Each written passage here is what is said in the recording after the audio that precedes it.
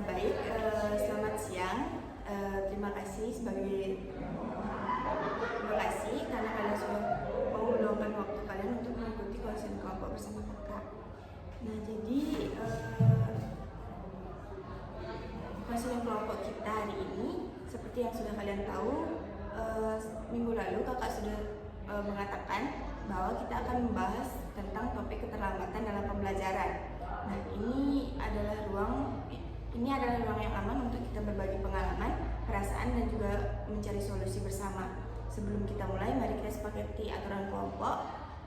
Kita saling menghargai, tidak saling memotong atau memotong saat teman berbicara, dan menjaga kerahasiaan apapun yang dibagikan di sini ya.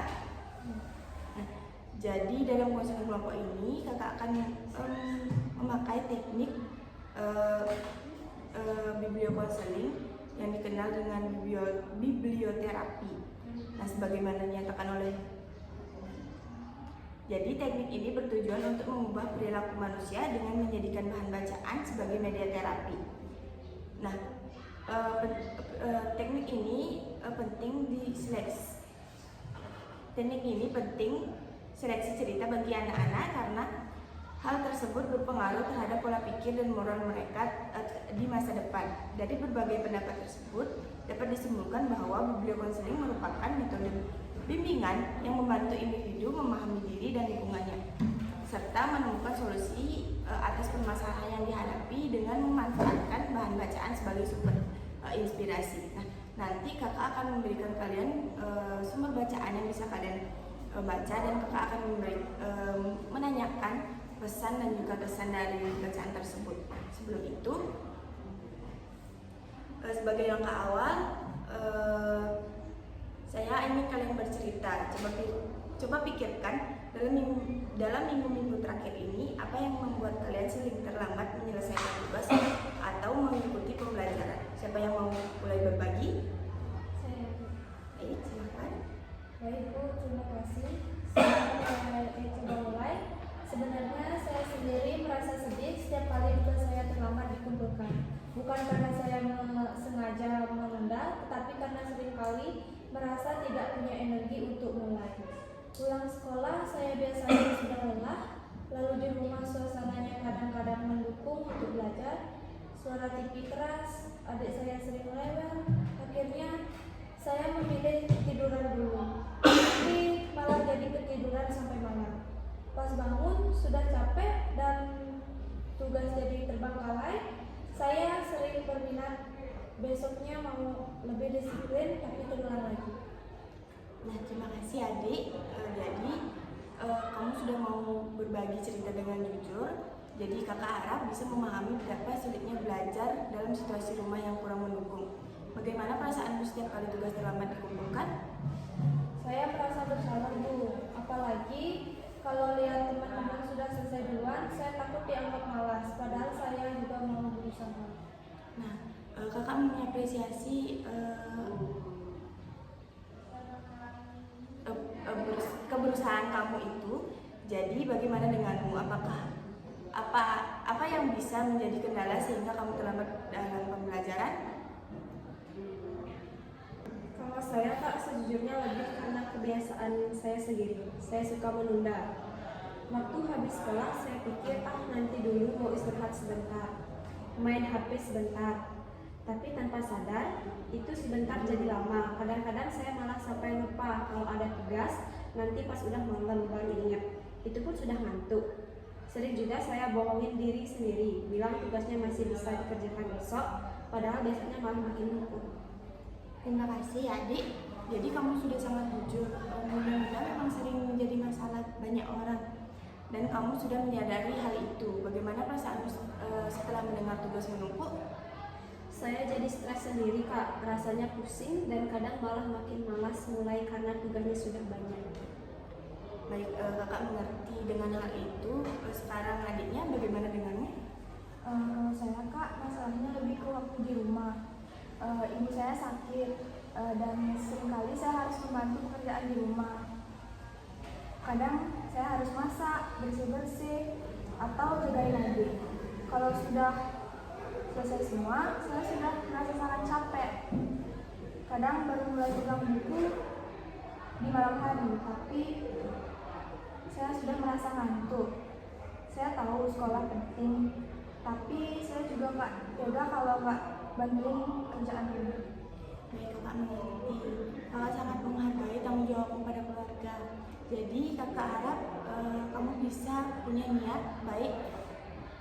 Jadi kakak berharap bisa melihat kamu punya niat baik. Hanya situasi yang membuatmu kewalahan. Bagaimana perasaanmu kalau tugasmu tidak selesai tepat waktu? Tentunya saya merasa sedih karena saya merasa seperti gagal jadi anak yang baik di sekolah, tapi juga nggak bisa lepasin tanggung jawab di rumah. Baik, terima kasih. Saya bangga pada kalian semua karena sudah mau jujur dan terbuka. Dari cerita kalian, kita bisa lihat ada beberapa penyebab keterlambatan, seperti kelelahan, suasana rumah, kebiasaan menunda, sampai tanggung jawab di keluarga. Nah, sekarang kita coba pikirkan bersama, apa kira-kira yang bisa dilakukan supaya kita bisa mengurangi keterlambatan itu? Mungkin saya harus coba cari waktu yang lebih tenang. Mungkin sepulang sekolah saya langsung kerjakan dulu sebelum terlalu capek. Kalau saya mau coba atur waktu main HP Kak, mungkin saya kasih batas ke diri saya sendiri, misalnya hanya 30 menit habis sekolah terus langsung belajar lagi. Kalau saya mungkin harus coba komunikasi sama kakak atau keluarga lainnya biar ada yang bantu jagain adik supaya saya punya waktu buat ngerjain tugas. Nah, ide kalian itu bagus ya. Saya ingin mengajak kalian membuat sesuatu kesepakatan kecil atau kontrak diri. Masing-masing dari kalian tulis satu hal yang ingin kalian coba lakukan mulai hari ini untuk mengurangi keterlambatan. Minggu depan kita bertemu lagi, kita cek bagaimana hasilnya. Bagaimana? Setuju. Baik, terima kasih atas semangat kalian. Kakak percaya kalian bisa memulai melakukan perubahan sedikit demi sedikit. Ingat, kita semua di sini saling mendukung. Sampai jumpa di pertemuan berikutnya. Nah, jadi di sini kakak akan membagikan kalian cerita. Di sini kalian bisa baca dan kakak akan menanyakan pesan moral dan kesimpulan dari cerita tersebut ya.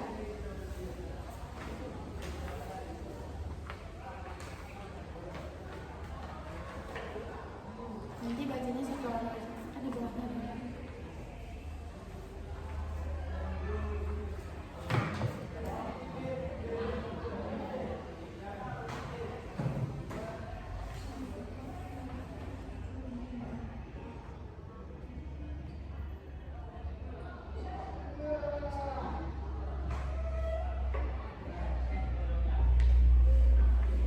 Apakah sudah? Nah, dari cerita yang sudah kakak berikan dengan judul dari kegagalan menuju keberhasilan. Nah, apakah dari kalian bisa menyebutkan atau memberikan pesan yang ada dalam cerita tersebut? Baik, izin Kak. Pesan moral menurut saya yaitu setiap kegagalan bukanlah akhir, melainkan awal dari pembelajaran. Kunci dari keberhasilan bukan terletak pada seberapa sering kita jatuh, tetapi pada kemampuan untuk bangkit dan mencoba lagi dengan cara yang lebih baik. Because from zero to hero. Bagus ya. Lalu adapun siapa bisa menyebutkan kesimpulan dari cerita tersebut? Kisah Lina menunjukkan bahwa rasa tertinggal dan kegagalan tidak harus menjadi penghalang untuk maju. Dengan dukungan, semangat pantang menyerah, serta kemampuan untuk mengubah cara belajar, Lina berhasil membalikkan kegagalannya menjadi keberhasilan. Cerita ini mengajarkan bahwa proses dan usaha yang konsisten adalah fondasi penting untuk tumbuh dan percaya diri. Nah, bagus. Dari kalian sudah bisa menyampaikan pesan moral dan juga kesimpulan dari cerita tersebut. Apakah itu bisa membantu kalian untuk mengatasi permasalahan kalian sebelumnya? Bisa. Nah, jika bisa, di sini kakak ingin mengkonfirmasi jika kalian